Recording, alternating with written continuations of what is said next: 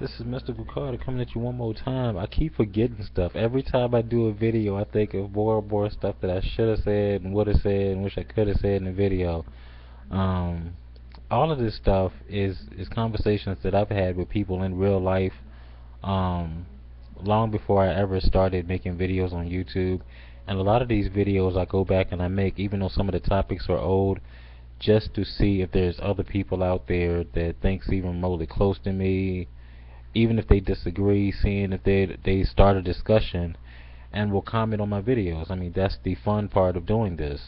Um, One thing I forgot to add is to my last two videos, which sparked from Doug Base, Red October, Hibernazon, Irish. Um, I can't I can't think of anybody else that might have did.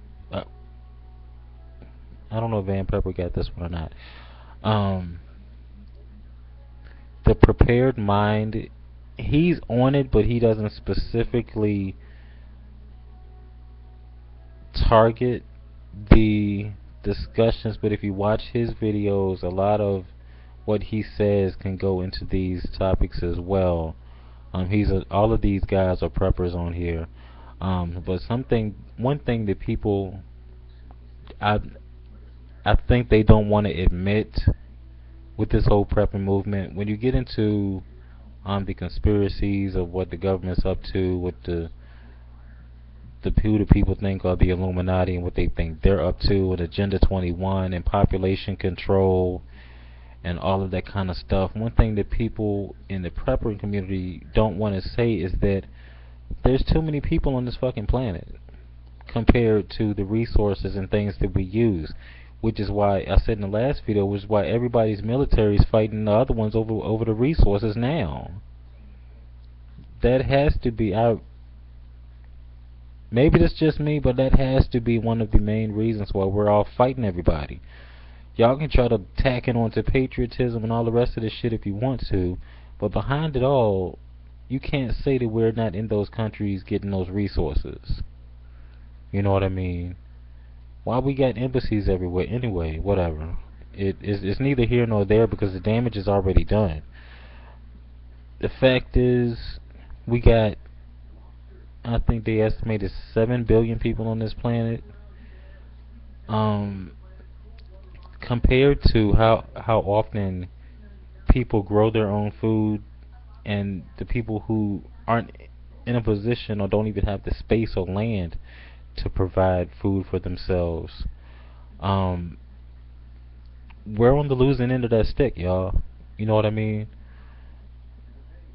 Even the farmers that have the space, I remember back in the mid '90s, the government went to the farmers when they started up all these food factories, and y'all call them GMOs or whatever.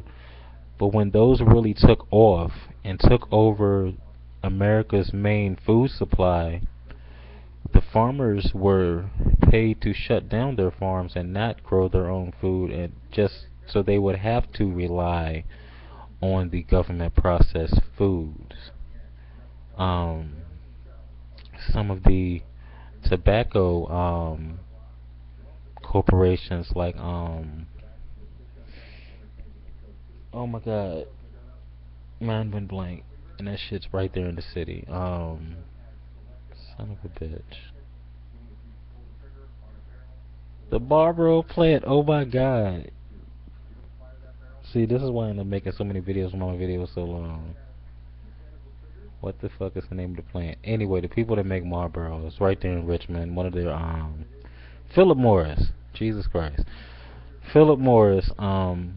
The the people of VA, they were paying them to shut down their tobacco farms, and they were basically buying them out. And they didn't buy them out indefinitely, but most contracts to those private tobacco farmers lasted for 8 years. Most of the contracts I've seen, and even to the ones in my family. Um,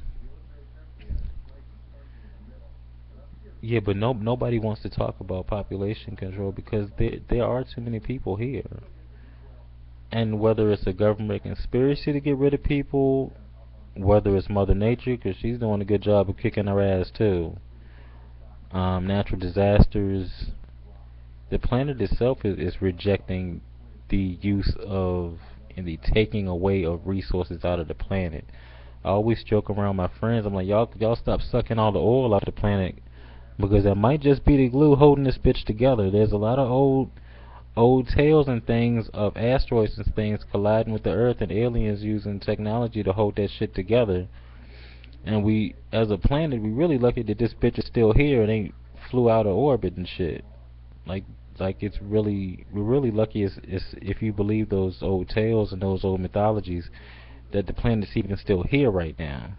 And y'all sucking oil and shit out the planet, it might just make that shit fall apart. We'll have Earth Part 1, 2, and 3. Um, and some of the other pieces might become moons like the moon we got now. Then you'll really have your shit at the fan scenario.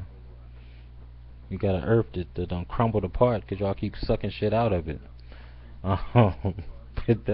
But that's the main thing. I'm not gonna make this long. I'm gonna cut this short. That's the main thing that I forgot to say that I wanted to say is population control, because that is a reality. It's too many people here, and if you're talking about grid down, you're talking about like I said, the zombie factor, or aliens. Always my random fun factor to throw out there into the conversation. Um, Basically, it all boils down to the necessities of life and people's resources. And on average, most people don't have them. Most people don't even have the means to go get the necessary tools and food, essentially, and water to sustain yourself um, for any real length of time. Unless you're one of those lucky people that you have land where you are already growing that stuff. You already have a bunker with a storage on it. You know what I'm saying? You have a means to get there should shit happen tonight, in the next hour, in the next 5 minutes. You know what I'm saying? Those lucky guys will be okay for at least for a little while if they can get there. And if you can't get there, that's a whole nother story. Which I don't see why people frown on the idea of having a bug out bag, because should depending on the scenario, you might just have to leave your house. You might have to come to grips with that. Um, I can't remember if it was Red October. One of you guys, I think all of y'all have touched on it by now. Um, in these scenarios, people are gonna die. Your family members are gonna die. If you don't handle death good now, you're really not gonna handle death good in that kind of scenario. Some of y'all not stable to begin with. Um, and you're eager to get out there and play war and stuff.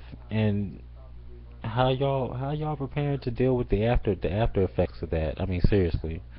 All joking aside, how y'all preparing to deal with the after effect of that? Um, like I'm cutting this off. That's my question. Those are my comments.